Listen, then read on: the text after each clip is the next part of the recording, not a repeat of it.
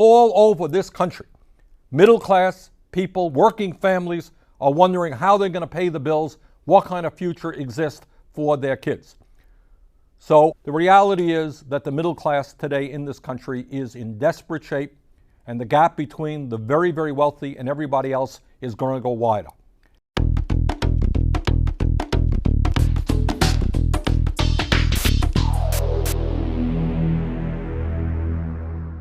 With unemployment at 9.8%, many Americans haven't had a payday in months. Yet, the Wall Street Journal says the big banks are on track for a record payday this year, just months after getting billions in bailout money.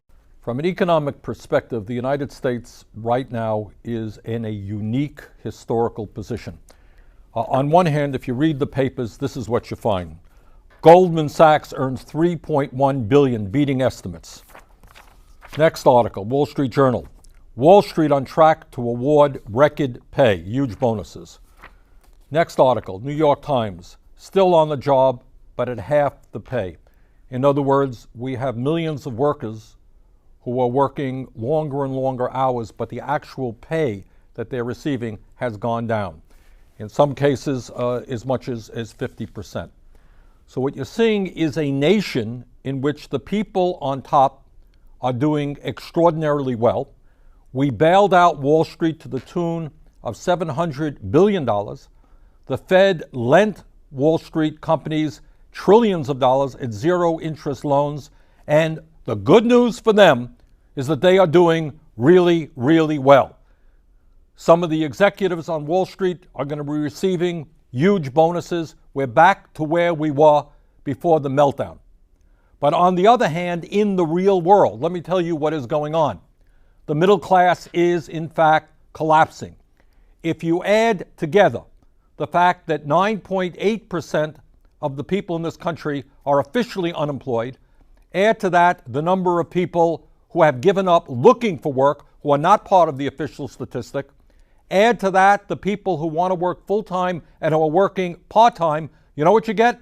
You get 17% of the American workforce is either unemployed or underemployed. That is a phenomenal number. And then you add to that those workers who have seen a decline in their real wages. Some of you may have noticed a couple of weeks ago in Detroit, Michigan, tens and tens of thousands of people stood online in order to get some federal help. Now, Detroit may be extreme. It's probably the worst off city in America. But all over this country, middle class people, working families are wondering how they're going to pay the bills, what kind of future exists for their kids. So I get a little bit tired of hearing folks talk about how the recession is over, we're seeing growth, we're going to see some job creation.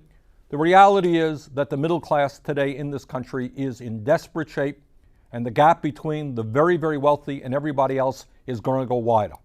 And one of the things that we have got to place on the table as progressives is to say there is something profoundly and morally wrong when the top 1% earns more income than the bottom 50%, when the top 1% owns more wealth than the bottom 90%, when CEOs of large corporations earn 400 times what their workers make.